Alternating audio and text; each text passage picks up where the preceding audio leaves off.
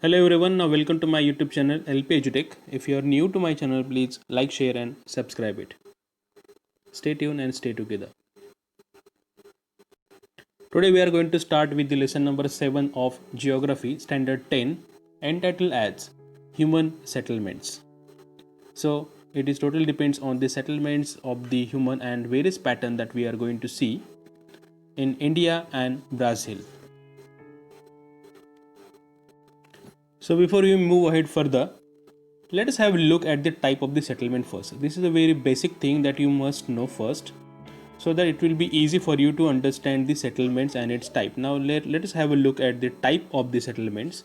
Number one, here we have linear settlements. Now here the linear itself here it means the settlement which is in a line, okay, along with the highways, and this can be found along with the highways, national highways, or the railway routes, railway tracks we can say.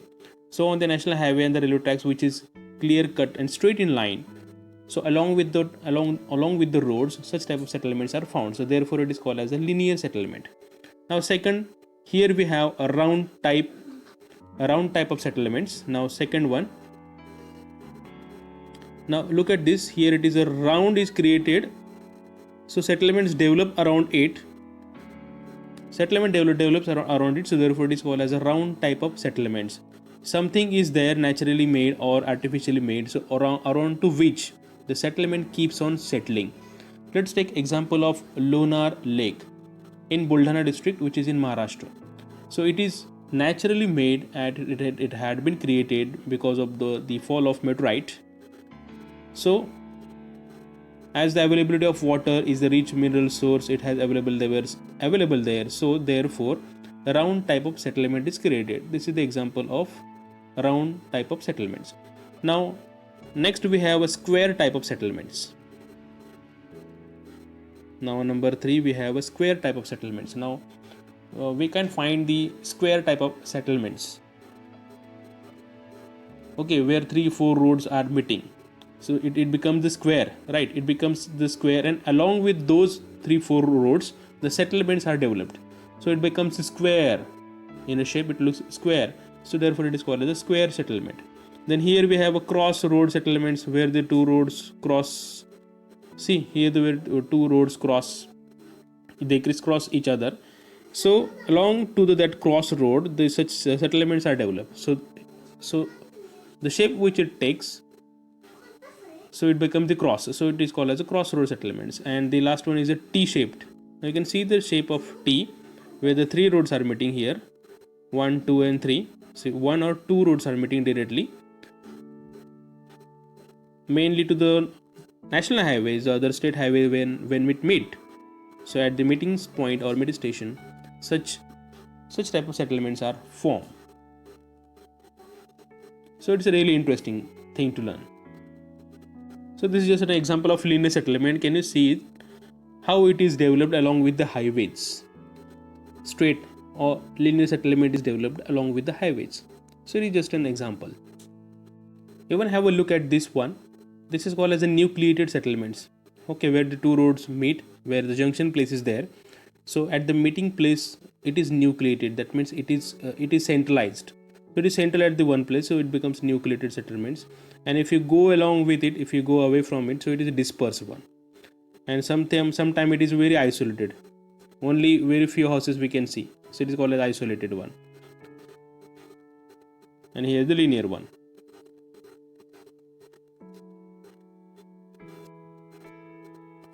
Now let us have a look at the figure right from the beginning of the lesson.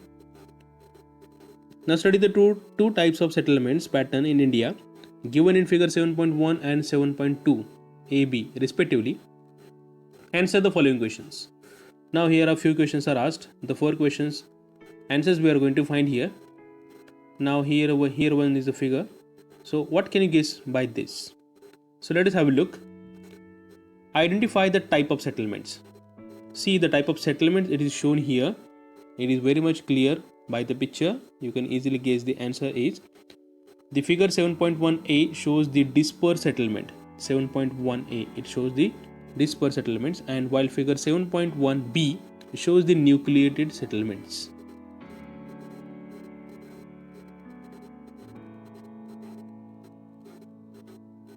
respectively. Now, which one is a nucleated settlements and why? Figure 7.1b. 7.1b. So this one is what we can find is a nucleated settlements, centralized. It may be nucleated settlements due to the sound connectivity of roads and etc. Now, which one is a dispersed settlement and what could be the reason behind it? Figure 7.1a.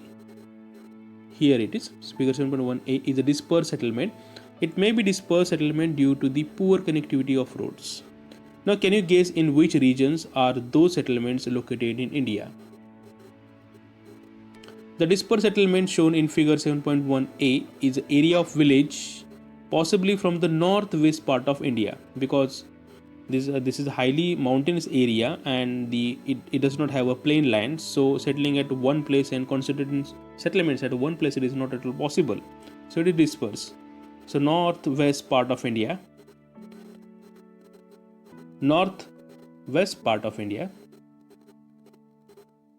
even we can say the northeast part of India.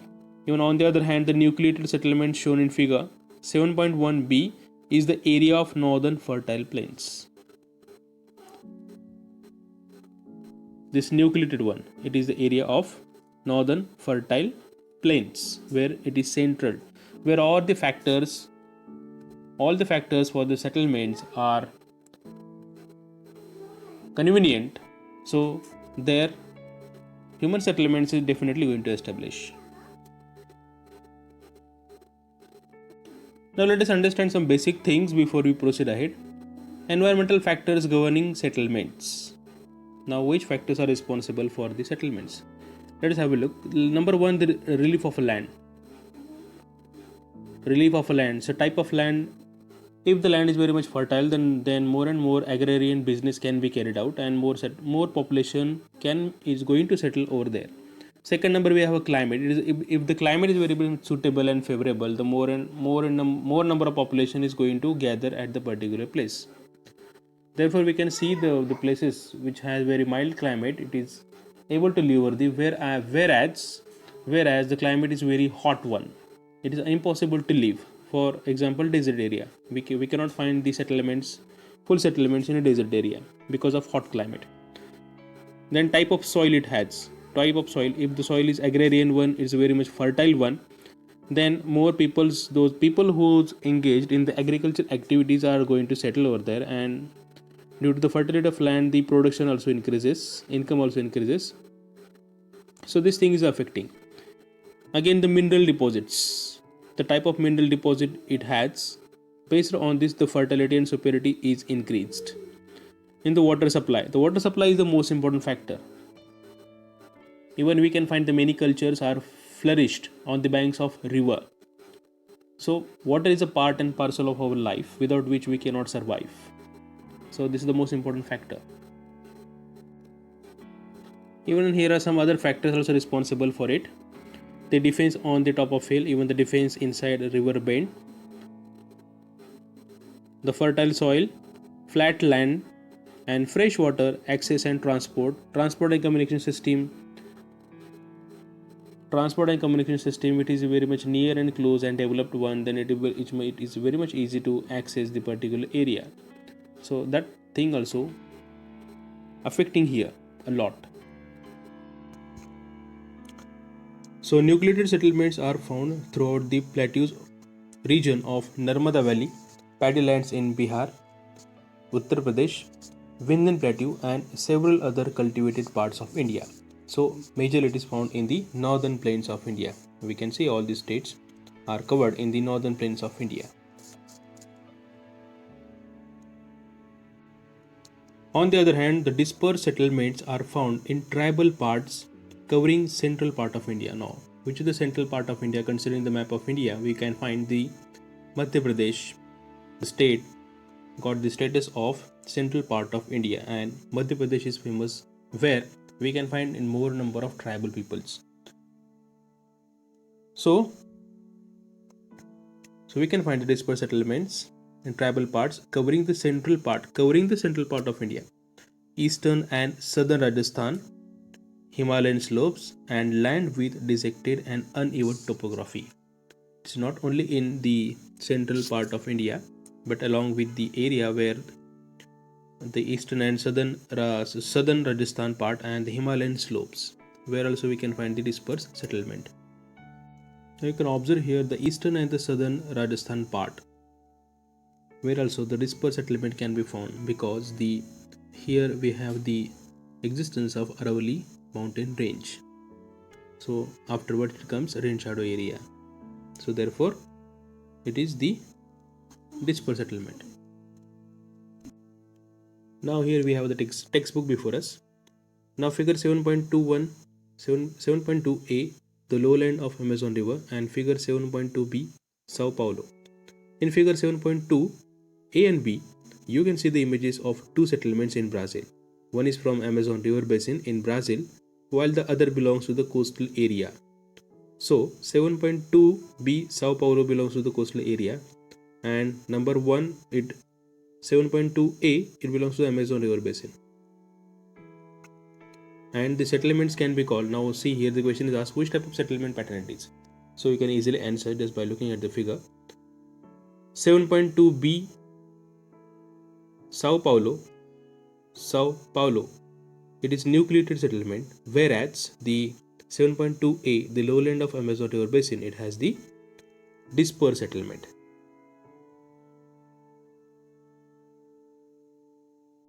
Now look at the geographical explanation. The earlier settlements in Brazil were formed by the settlers from Europe, mainly in the coastal areas. So those settlers who come from Europe, they settle at the coastal area of Europe. Now you can see the coastal area of the Brazil. Now the settlements have developed and are densely populated. The major reasons of development are as follows. Although the coastal climate is hot and humid, and flat land is limited due to rugged topography, the region has a good water supply and a large range of natural resources. Example, a city, Sao Paulo. Let us have a look at the city Sao Paulo. You can have a look at the city Sao Paulo, which is located at the coastline of Brazil.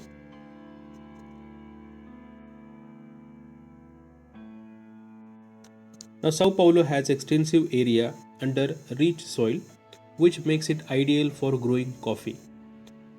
We know that Brazil is called as a coffee pot of the world. It also has a large supply of natural minerals close by, such as iron ore, and it also has the steady energy supply. The southeastern area has a good transport system too. This makes the Sao Paulo area nucleated settlement. Rural areas such as the Northeast Highlands suffer from extreme droughts. Now Northeast, which is the North Highlands, is the Guyana Highland, and the east one is the Brazilian Highlands.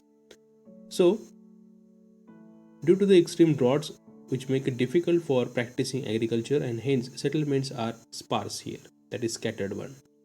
Settlements become sparse as we move towards the central part of Brazil. Now following are the reasons. Now look at the central part of Brazil. Now you can see in the image the color, yellow color, which indicates the central west part of the Brazil. What are the reason of the sparse population here? The area is covered by thick dense equatorial rainforest. The climate here is unhealthy and unfit for settlement. Limitations on use of exploitation of natural resources. Poor transport links in the region. So these are the reason. Even the least industrialization and semi-tropical climate. So these are the reasons of the population is very dispersed one and the least one.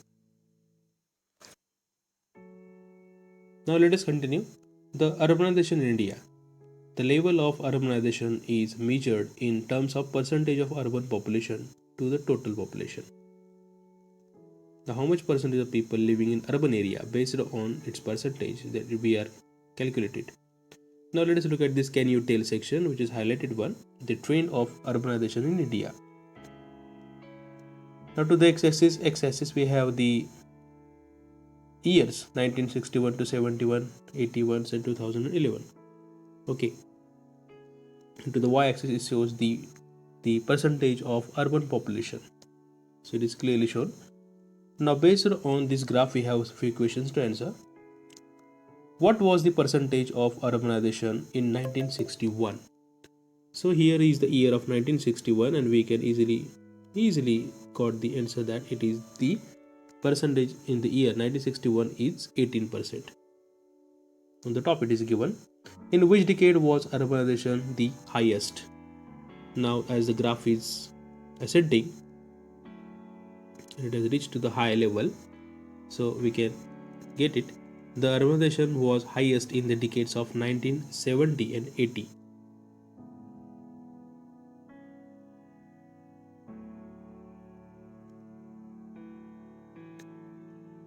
In which decade was the urbanization the highest? 1970 to 80, the urbanization highest. In which decade was the growth of urbanization lowest? In 1916 and 70, it was the lowest one. 1617 and 1780, it is highest one.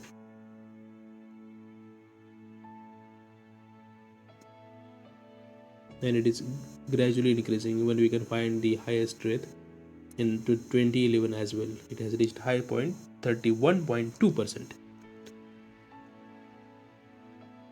So what inference can you draw regarding India's urbanization after reading the graph? So we can easily guess out that in the year 1961 there was 18% urbanization, which increased to 31.2% in 2010. The urbanization was lowest in the decades 1960-70 and it is highest in 1970-80. Although the rate of urbanization has been low, the constant positive growth can be observed. So it has been increasing day by day. This is what we can get the inference. Now it is clear from the above graph that the growth of urbanization in India has been slow. The level of urbanization in India in 2011 was 31.16%, which is quite low in comparison to developed countries. So only 31.16, quite low to the, if we compare it to the developed countries of the world. At the same time, the urban population is increasing.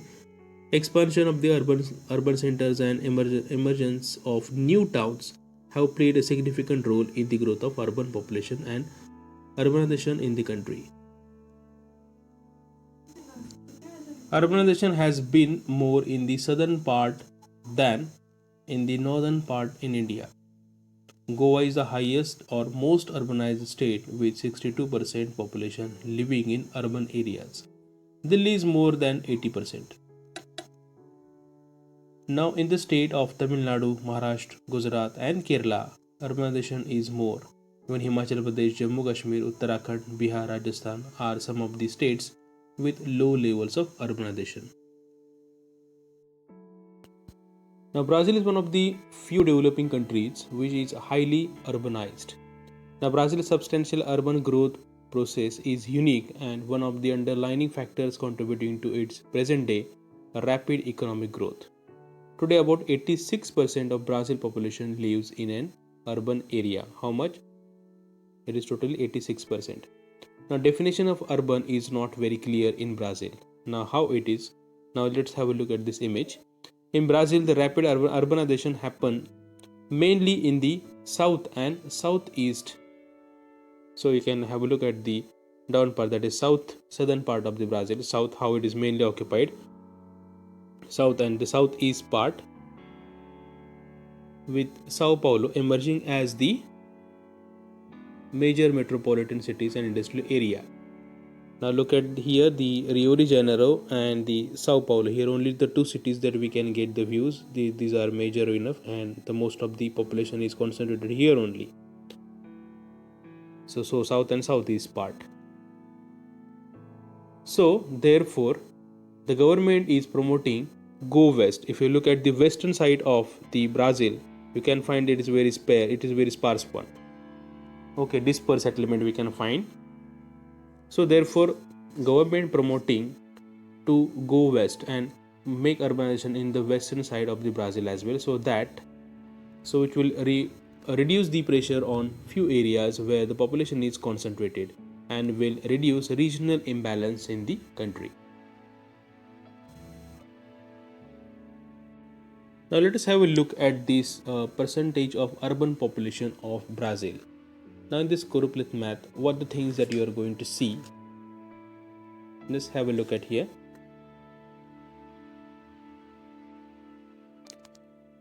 Now based on the map, just two questions are asked. Now which state or region in Brazil is the most urbanized? Now you can have a look at the index 1. With the help of index, the things is very much clear. It shows the percentage of urbanization between 91 to 100. The dark pink color which shows in which mark the region as or the state Goiás, then Sao Paulo and the Rio de Janeiro is the highest populated one. So this region or the states in Brazil is the most urbanized. Now which state region is the least urbanized? Very less urbanized. See at the last index 51 to 60. So the area calling Para, then Maranhão and Piauí. So these three is marked as the least populated one or least urbanized. As you can see from the map, the urbanization has occurred more in the coastal states. Now these are the coastal states. This is, have a look at this Espírito Santo, the Rio de Janeiro, Sao Paulo, and this south part, and this is south part, and this is the southeast part. So the urbanization occurred more in the coastal states than the states in the interior of the country. States like Sao Paulo, Goiás, Minas Gerais have more urban population than states. So mostly this part is concentrated in the state in the north. As population is less in Amazon basin, so here lies the Amazon river basin. It is of course because of Amazon basin and the Brazilian highlands. The Brazilian highlands. The Manaus is a port on the confluence of the Negro and Amazon river. Here lies the Manaus, which is lie on the confluence of the river Amazon and Negro. So urbanization has occurred here only because of the confluence of river. Otherwise, there is a very sparse population as we are able to see. So this is just the overall view